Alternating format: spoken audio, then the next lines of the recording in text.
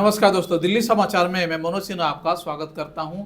आज आपको मिलवाते हैं ठाकुर योगेंद्र सिंह भदौरिया, जो चंबल विकास समिति के राष्ट्रीय संयोजक हैं और इस समिति के तत्वाधान में आजकल ये चंबल विकास यात्रा निकाल रहे हैं।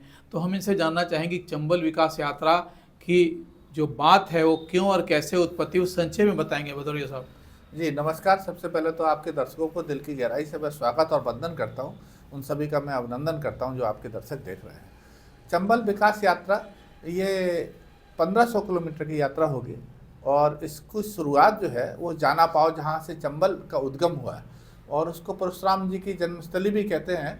और ये विंध्याचल पर्वत की श्रृंखला है, वहाँ से हम इसको शुरू करेंगे और इसमें 3 राज्य इस यात्रा के दौरान आएंगे, मध्य प्रदेश, राजस्थान और उत्तर प्रदेश। और यह है चंबल जो है 3 राज्यों को प्रभावित करके, और उत्तर प्रदेश में औरैया जिले में पचनदा बोलते हैं, वहाँ 5 नदियों का संगम है। वहाँ 5 नदियाँ जो है चंबल के साथ हो जाती है और फिर चंबल जमुना का साथ होकर के निकल जाती है। ये है चंबल का परिचय। इसमें क्या कोई राजनीतिक एंगल भी है या सिर्फ ये एक यात्रा के तक ही सीमित रह जाएगी, और कैसे कैसे लोग जो शामिल हो रहे हैं, क्या राजनीतिक कार्यकर्ता हैं, या इसका एक शब्द में हम मतलब पूछना चाहेंगे, क्या इसका कोई राजनीतिक उद्देश्य भी है?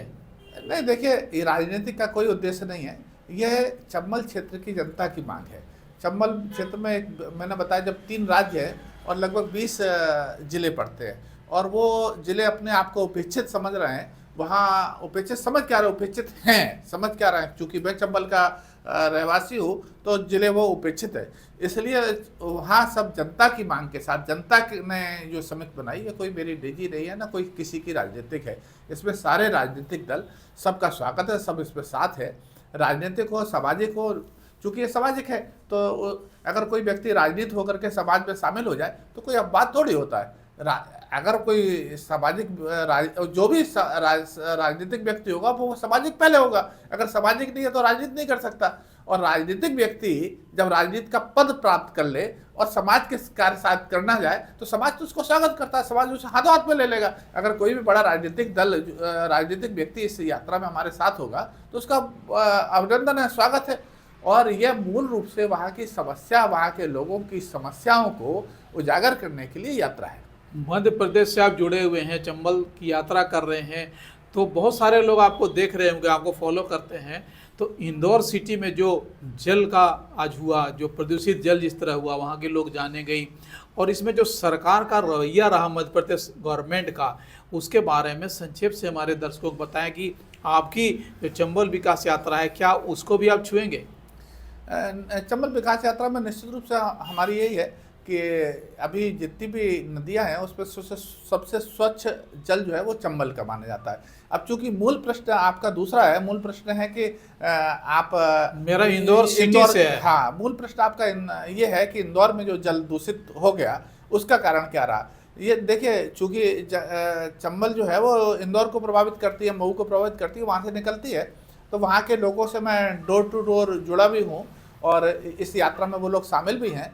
अब मूल प्रश्न अपना ये है कि जो दूषित जल हुआ, और इस दूषित जल से जो लगभग 20 से 25 जो मृत्यु सरकारी आंकड़े के अनुसार है, और दूसरी तो लंबा आंकड़ा क्या होगा मैं कह नहीं सकता कि क्या है, लेकिन जो सरकारी आंकड़ा है वो 20 से 25, ये अत्यंत यानी आज के ज़माने में अत्यंत दुर्भाग्यपूर्ण जो है ये मामला है और अत्यंत संवेदनशील है। लोगों को अगर पीने का पानी सुलभ नहीं हो, पीने के पानी के लिए भी लोग अगर आज के युग में लड़ाई लड़ रहे हैं, और वो भी स्वच्छ पानी के लिए, जहाँ मल मूत्र से दूषित पानी या रसायन दूषित पानी पीने से लोगों की मृत्यु हुई, इसके लिए अत्यंत जितनी भी निंदा की जाए वो कम है।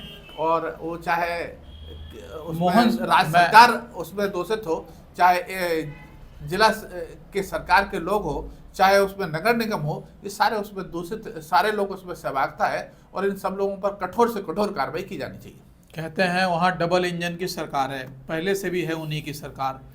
मोहन यादव वहाँ के मुख्यमंत्री हैं, और जिस तरह से वहाँ के जो मंत्री थे, जो निगम के मंत्री, उनका जो रवैया रहा, उसके बारे में वहाँ आप लोगों से किस तरह से कन्विंस हैं और क्या उनके साथ आज जो सरकार के तरफ से ढीला रहा उसको उस पर कोई कठोर कार्रवाई मंत्री के तहत पे होना चाहिए या नहीं होना चाहिए? देखिए, सबसे पहला प्रश्न कि वो जल मंत्री है और अत्यंत एक बड़ा प्रश्न ये है कि ये उन्हीं की विधानसभा में हुआ, मतलब एक मंत्री की विधानसभा में और उसी से संबंधित विभाग के मंत्री की विधानसभा में हुआ, और उन्होंने उस पर कितने उन्होंने उस पर उसको आत्मसात किया कि नहीं किया, कितना लोग जनता के प्रति वो संवेदनशील हैं कि नहीं है, मैं इस विषय पर नहीं जाऊंगा, लेकिन जो उन्होंने पत्रकारों के साथ और जिस भाषा का उपयोग किया वो अत्यंत कठोर निंदनीय है। इस तरह की भाषा जो है एक सामान्य व्यक्ति भी नहीं कर सकता।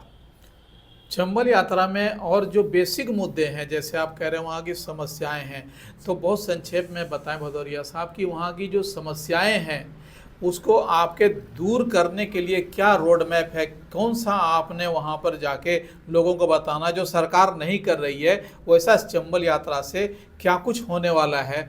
देखिए, वहाँ की जनता बहुत सारी मांग लेकर के बैठी हुई थी। उसमें से पहली मांग है कि चंबल विकास बोर्ड की स्थापना हो। सरकार ने जरा जरा से अंडे बोर्ड बना दिया, बछली बोर्ड तो है ही है, अंडा बोर्ड, नारियल बोर्ड, फलाना बोर्ड, ठिकाना बोर्ड, छोटे छोटे से बोर्ड बना दिए, चक्का बोर्ड, फलाना बोर्ड।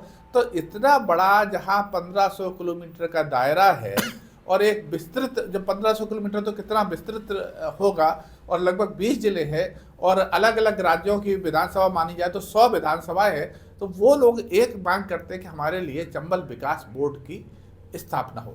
दूसरा, आर्थिक दृष्टि से देश का वर्तमान में पिछड़ा हुआ क्षेत्र है, तो आर्थिक दृष्टि के आधार पर उसे पिछड़ा क्षेत्र जो है वो घोषित किया जाए।